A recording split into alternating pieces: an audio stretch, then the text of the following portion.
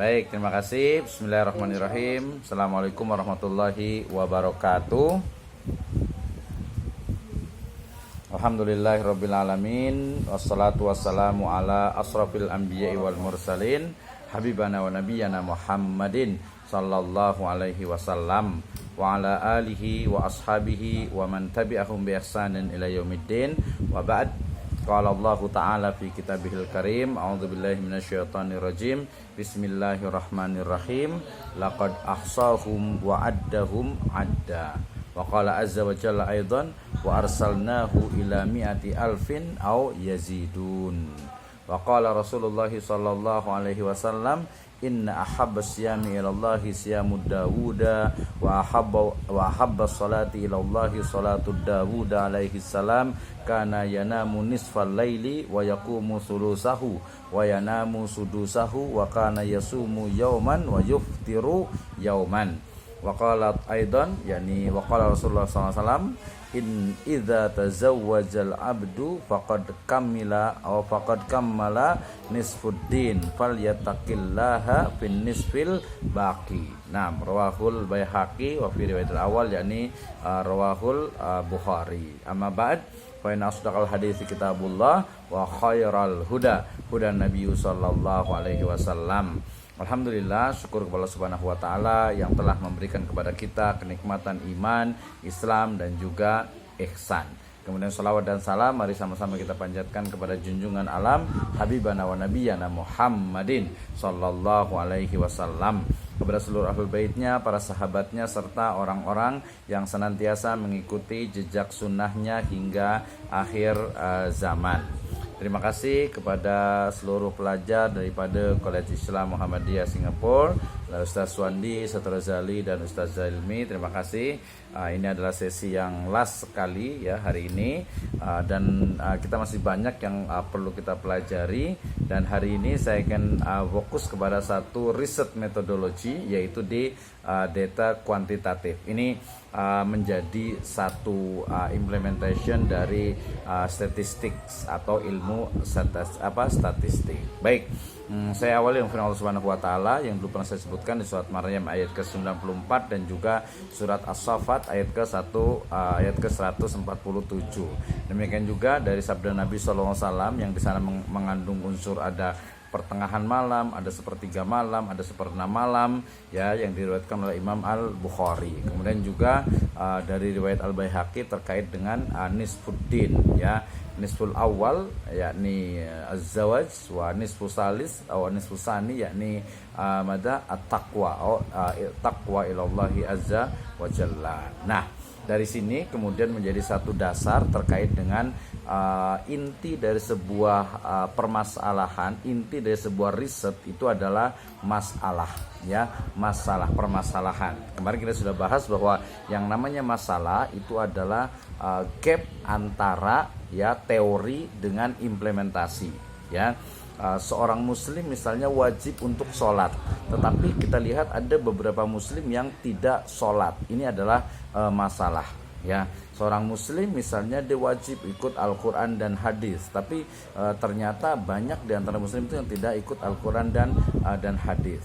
Nah, seorang muslim mestinya dia menghormati seorang tamu dan juga keluarga, tetapi kita tengok ada daripada muslim ini yang dia tidak ikram duyuf dan juga tidak ikram terhadap jiran. Ini permasalahan, ya. Permasalahan ini ada yang sifatnya itu dia masalah-masalah akidah, masalah-masalah syariah, masalah-masalah muamalah, ya. Ada juga yang masalahnya itu sifatnya dia adalah sosial, ya, social problem, ya.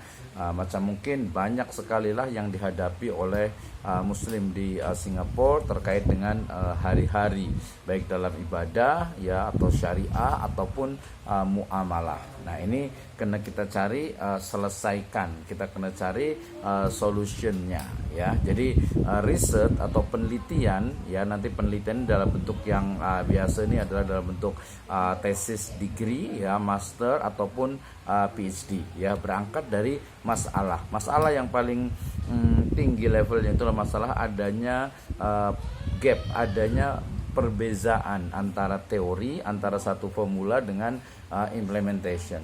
Tapi ada yang level yang rendah atau level yang bawah itu adalah masalah itu adalah sesuatu yang memang belum kita ketahui. Ya, mungkin orang lain dah paham tentang satu masalah, ya, satu benda, ya, tapi kita belum paham. So itu juga adalah masalah minimal itu bagi kita. Nah, untuk menyelesaikan masalah, kemarin kita dah paham, jadi masalah ini berbeza-beza. So dia bisa gunakan kuantitatif ataupun kualitatif, ya. Nah, pun sekarang dah ada apa yang disebut dengan mixed method atau metode campuran. Nah, metode campuran saya rasa ini pun paling ideal. Kenapa? Karena ada banyak hal yang kita betul-betul itu kena fahamkan apa pendekatan yang boleh bisa menyelesaikan masalah yang ada dalam penelitian itu.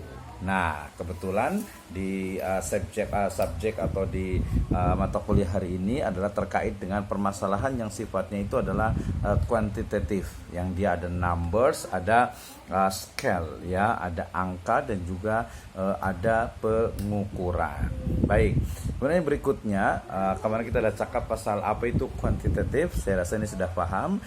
Kuantitatif itu adalah berdasarkan jumlah atau banyaknya. Jadi semua data yang dia itu kuantitatif, ya, selalunya menggunakan statistik, ya. Nah, perkembangan statistik sekarang pun sangat banyak sekali sehingga kita betul-betul boleh paham dari basic teorinya, kemudian sampai implementasinya pun juga bila kita menggunakan satu pemeriksaan atau satu software, ya, software lah, ya.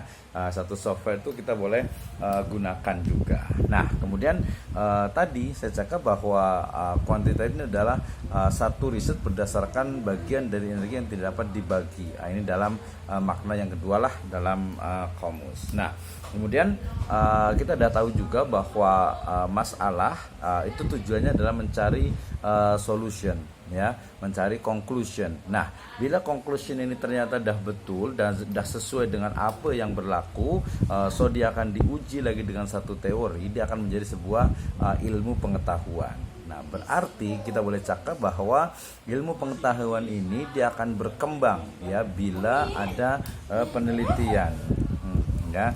Jadi apa yang disebut dengan penelitian itu dia atau ilmu pengetahuan itu berkembang dengan ilmu pengetahuan. Oke, ya. Berikutnya adalah bahwa ketika ilmu pengetahuan itu dia berkembang, maka dia itu kemudian memerlukan adanya tool. Nah, tool dalam hal ini adalah kalau dia itu kuantitatif berarti dia menggunakan statistik, ya. Bila dia kualitatif dia menggunakan ada etnografi, ada case study, ada lagi kemudian juga fenomenologi, ya, dan ada juga yang lainnya. Oke. Nah, kemudian penelitian ilmiah ataupun yang disebut dengan science research, gitu ya, itu dia ada sifat adalah sistematis, kemudian fenomenologi dan juga nanti ada kausalitas, ada hubungan-hubungan, ya. Macam kenapa semua hal itu selalu ada kausalitinya, selalu ada hubungannya. Macam kenapa hari ini kita belajar, so mungkin ada harapan-harapan, ya. So ada mungkin pertama nih memang kita tuh semangat lah untuk belajar, itu yang pertama. Yang kedua mungkin karena saya mungkin supaya saya boleh berilmu, saya mungkin boleh mengajar, boleh juga, ya.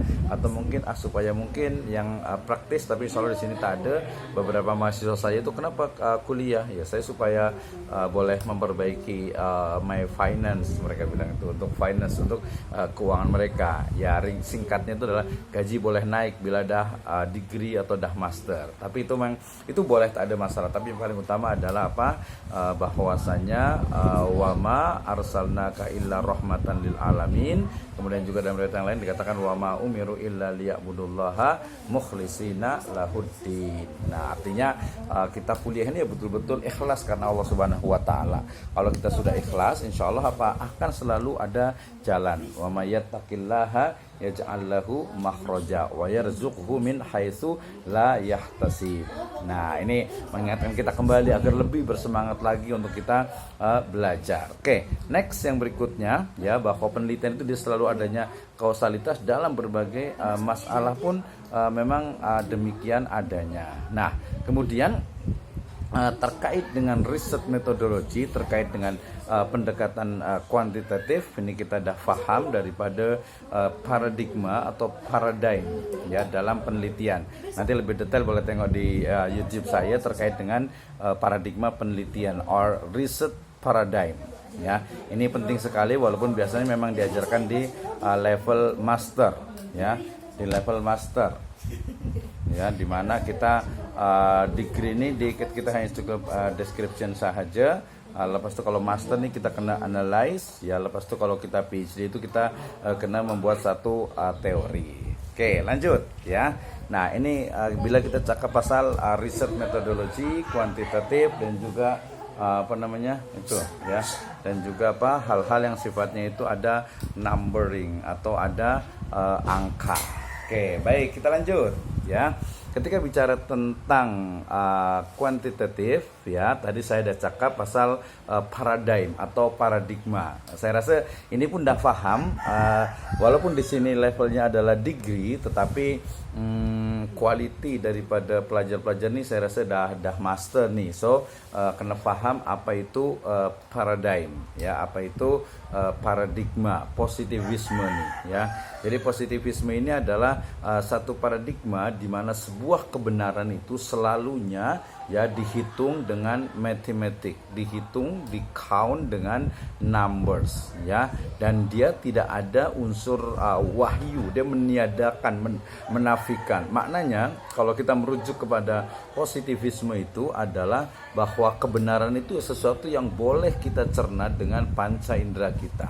Jadi kalau selain itu macam ada wahyu, ada Al-Quran, ada hadis, ada nabi dan sebagainya, itu ditolak oleh positivisme. Nah, ini juga kita perlu fahamkan sehingga tidak sembarang kita kena statistik nih, positivisme nih, ini ilmu ini bagus, pengetahuan ini bagus, padahal belum tentu ya, belum tentu. Bahkan ada beberapa itu yang sebenarnya dia betul-betul mengajarkan itu untuk apa? Untuk ateis ya, untuk ateis, untuk tidak percaya adanya Allah Subhanahu wa taala. Nah, ini penting juga ya, walaupun levelnya di sini adalah degree, tapi quality daripada pelajar-pelajar sini saya yakin dah di level master. So tidak hanya to describe gitu ya, tetapi to analyze ya, menganalisis. Macam mana kita boleh menganalisis? So kita kena faham first sekali itu adalah daripada paradigma, daripada paradigm. Lepas dah kita faham dengan paradigm, berikutnya adalah kita juga pun kena faham daripada ontologi, ada epistemologi dan juga aksiologinya. Jadi macam kita belajar nih syariah ke tafsir Al-Quran, hadis ke, kita kena faham ontologi daripada bidang expert kita ya. Macam objek atau materi dari kajian suatu ilmu, kita kena faham ya syariah ni macam mana ya. Jadi level kita itu kena dah meningkat ya. Jadi dia bukan hanya dari sisi dari sisi kita hanya mendeskripsikan sahaja. Kita fahamkan bahawa syariah itu macam ni, macam ni, macam ni. Padahal belum tentu ya, perlu kita analyze. Bahkan kita also we maybe have the critical thinking ya. Mungkin kita boleh ada macam kritik ya, atau pemikiran yang kritis terhadap bagian-bagian yang memang perlukan adanya critical thinking. Nah, termasuk juga dari sisi epistemologi ya, di mana metode yang ditempuh nih memperoleh kebenaran pengetahuan yang koheren atau konsisten. Nah, aksiologinya ini penting nih. Jadi jangan sampai ilmu syariah, kemudian juga ilmu Al-Quran dan tafsir itu jangan sampai hanya sebatas teori, tak ada manfaat bagi masyarakat kita. So kita belajar syariah, kita belajar ilmu Al-Quran dan tafsir, kita belajar fikah, itu kena ada manfaat ya, kena ada manfaat bagi masyarakat. So berarti salah satu dari pesan saya adalah bila kita dah belajar di KIM nih, kita kena lebih bermanfaat lagi bagi masyarakat ya. Boleh mungkin melalui tulisan, melalui ceramah-ceramah pendek, melalui short movie, atau mungkin sekadar membuat satu digital poster yang di situ ada ayat Al-Quran, ada hadis, ada asar ulama, atau mungkin perkataan-perkataan daripada kita. Ini adalah bagian dari dakwah ya, termasuk juga dakwah bilhal ya. Jadi dakwah bilhal ini macam Ustaz Wandi atau mungkin Ustaz Razali ya, yang masih bekerja nih. Nah, kita sebagai muslim, so kita kena ada profesionalism ya, kita on time, profesional. Bila itu adalah masa untuk bekerja, berarti memang bekerja untuk company kita ya, bukan untuk main-main dan lain sebagainya. Nanti di keluarga, di family pun sama, sebagai parent, sebagai ibu bapak dan sebagainya, itu adalah profesional. Dan ini ya saya yakin sekali bila di Singapura nih, di beberapa negara-negara maju nih sudah diajarkan ya macam mana kita on time, kita mengenal ada Kaizen management gitu ya, ada Toyota Way, ada Sony Way ya. Semua itu adalah satu dari macam mana mereka itu boleh profesional dengan kinerja yang baik, dan Islam sudah mengajarkan itu. So buktikan bahwa kita itu muslim, kita itu punya profesionalisme, kita punya satu quality dalam diri kita dalam bekerja ya. Konteks Singapura berarti dalam kita sebagai Singaporean, sebagai masyarakat di sana. Oke, kita lanjutkan ya. Jadi ini mungkin dari sisi epistemologi dan juga aksiologi ini perlu kita belajar lagi. Nah, saya tak banyak tentang paradigma. Kemarin kita ada cakap pasal paradigma itu adalah world view atau mindset ya. Jadi kita kena pahamkan, ada positivism, ada post positivism, ada strukturalism, ada kritisism, ada liberalism, ada sekularism yang selalu terdengar kalau kita cakap pasal Singapura. Tapi macam mana? Kita kena paham, bukan hanya sekuler ini maknanya beza ini. Bukan hanya itu sebenarnya gitu ya. Banyak hal lain yang perlu kita pelajari terkait dengan berbagai paradigm in the world. Oke, next yang berikutnya, ini juga tadi bicara tentang paradigma, saya tak banyak di sini. Saya akan fokus kepada ini ya. Jadi bila kita cakap pasal statistik, bila kita cakap pasal kuantitatif, selalunya di sana adalah paradigma positivism ya, atau positivisme. Nah, apa itu positivisme ini? Selalu dia memisahkan ya reality ya yang terpisah-pisah, macam tak ada hubungan macam tu ya. So pun dia membedakan, kemarin ingat ada apa yang disebut dengan independent variable dan dependent variable. First kritik dari beberapa tokoh Islam terkait dengan semua di dunia ini adalah dependent. Yang independen hanya satu, yaitu Allah Subhanahu wa Ta'ala. Ini pendekatannya, perspektifnya adalah ilmu tauhid. Jadi kena faham ya. Jadi semua makhluk itu dia dependent, dia akan tergantung, dia akan terkait dengan yang lainnya. Tetapi yang satu saja yang independen, yaitu Allah Subhanahu wa Ta'ala. Nah, kemudian nanti ada unsur eliminasi, totality, dan juga dynamic. Nah dari sisi epistemologinya dia koherensi, korespondensi, generalisasi, dan juga nomotetik ya. Yang kita sering dengar itu adalah tadi generalisasi ya. Apa itu? Inferential statistic, di mana we generalize the data from the sample ya. Jadi kita menginferenskan, kita menyimpulkan, kita ambil conclusion dari satu atau dari sampel dengan based from the all population atau dari populasi. Itu adalah generalisasi. Korespondensi pun sama, biasanya dia terkait dengan seolah-olah itu kebenaran itu adalah sesuatu yang ada pada subjek penelitian kita. Ya, macam satu riset nih, misal pengaruh daripada dia karena mungkin tak base daripada din, daripada Islam, dia akan pengaruh agama, bukan pengaruh agama, pengaruh Homer terhadap semangat bekerja. Wah, gitu kan. Nah, pengaruh Homer, atau mungkin yang agak sedikit subhat nih Ustazah Ilmi ya, pengaruh musik nih gitu ya, terhadap semangat bekerja. Kalau alhamdulillah saya rasa yang di Kim ini tak ada yang merokok lah di Singapura nih. Di Singapura ini sedikit sangat yang merokok. Kalau di Indonesia nih, wih banyaknya. Mereka tuh mengajar pun boleh sambil merokok ya satu di. Puasa aja ngerokok Ustadz. Hah? Puasa aja, bulan puasa ngerokok. Iya benar, itu kalau berbuka ini dengan rokok tuh biasanya itu. Naudzubillahi min dzalik gitu ya. Nah, kalau di Singapura alhamdulillah ada sih satu dua biasa yang nakal-nakal sedikit lah gitu ya. Kita tahu itu ya. Jadi jadi pengaruh kita cakap rokok lah ya. Pengaruh rokok terhadap semangat bekerja. Atau mungkin terhadap quality atau terhadap prestasi daripada kerja karyawan. Boleh tak? Nah, kalau kita tak gunakan agama ya, atau mungkin tadi yang homer lah yang jelas haram gitu ya, itu jelas tidak boleh mendapatkan risetnya. Misal conclusion daripada riset itu adalah bahwa homer yang diminum gitu ya ternyata memberikan efek yang positif agar semangat itu bekerja.